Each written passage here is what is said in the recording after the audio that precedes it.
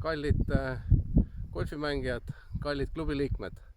Mul on hea meel üle mitme aasta seista siin ja teha ametlik hooaja avalöök.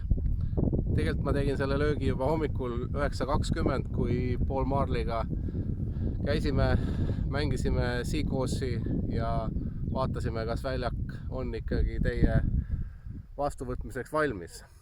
Võin teile julgelt kinnitada, et on.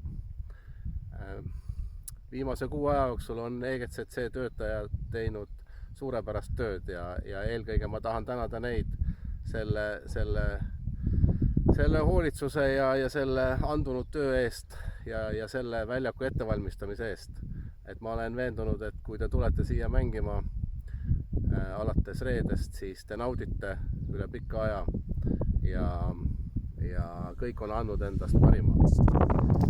Tere tulemast, nautige golfi, nautige kaasmängijaid, nautige ilma ja kõike muud.